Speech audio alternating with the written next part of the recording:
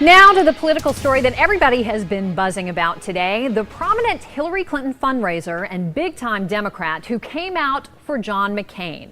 And it's not just that she is switching sides, it's what she says about Barack Obama. She calls him elitist. That word a bit surprising for someone who's married to a billionaire. So let's ask her about it. Joining me live now, Lady Lynn Forester de Rothschild. Lady de Rothschild, is it okay if I call you Lynn? Please call me Lynn, Campbell. I absolutely will. So you've got to understand how ridiculous this seems to a lot of people. You're a Rothschild. You're married to a billionaire. You were a millionaire before you married him. You're a jet setter. You live between New York and London. And yet you're calling Barack Obama an elitist. Are you not a member of the elite? Let me tell you what informs my support of John McCain. I grew up in a middle-class town in New Jersey. My father worked 2 jobs to put 4 children through college, law school, and medical school. We were taught that we were blessed by God to live in the greatest country in the world. And if we worked hard, we could have anything. And the truth is, I have it. I don't have to be doing what I'm doing supporting John McCain, but I am doing it because I really believe it's John McCain and Sarah Palin who will keep this country the way that I was taught this country. Okay, but they are the great Americans. But I think so please, you know, the class war that Barack Obama would like to declare in this country to divide people is so wrong. Okay, well, stop there. Just stop there for a second. Let me ask you a question, but you didn't answer my question. I assume, I get that you came up through a middle-class background, but I was accurate in describing your lifestyle. Was I not? You described my lifestyle. Okay, but let me ask you specifically to tell me then, what has Barack Obama said that has caused you to come to this conclusion that he is so elitist and out of touch? Okay, I wrote this piece in the Wall Street Journal last week, if you want to look at it.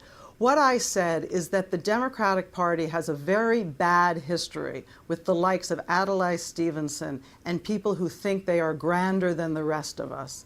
Barack Obama, so what with his makes you think? What's he said that makes you think this guy thinks he's grander than the rest of us? Specifically, you know be what? specific. Okay, a lot of it is you know it when you see it. This is a person who went to Berlin to speak to 200,000 people.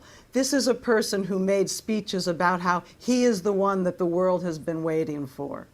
He came into this campaign talking about audacity. Where I come from, audacity is not a good thing. It's modesty and simplicity and being in politics to help people, not to advance yourself. That's why I admire John McCain. What I said in my piece... Let me ask you about the issues here, because if you look at the major issues in this election, the war in Iraq and the economy, and what everybody in all the polls says are the most important issues in this race, Hillary Clinton, the candidate you supported and you worked hard for, she could not be any more different than John McCain on these issues, but her positions are nearly identical to Barack Obama.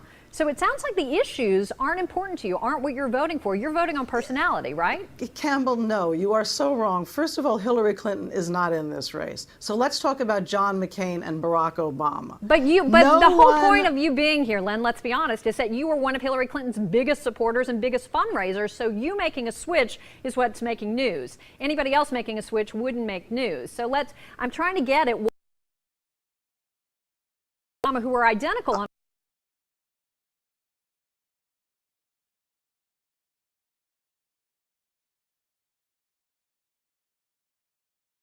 sense of fair rules, and most of all that they would be there to protect the middle class, the family I came from, the town I came from, the people I care about, the people who make America great. But you're not giving me any specific reason why you think that Barack Obama is not going to protect the middle class. Okay, let's take energy policy. George Bush put forward an energy voted for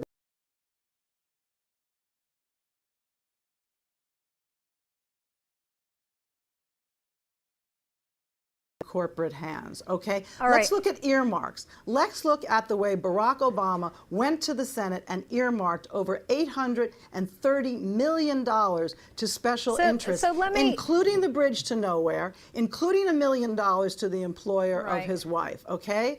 And John McCain will not do that. That's principle. This country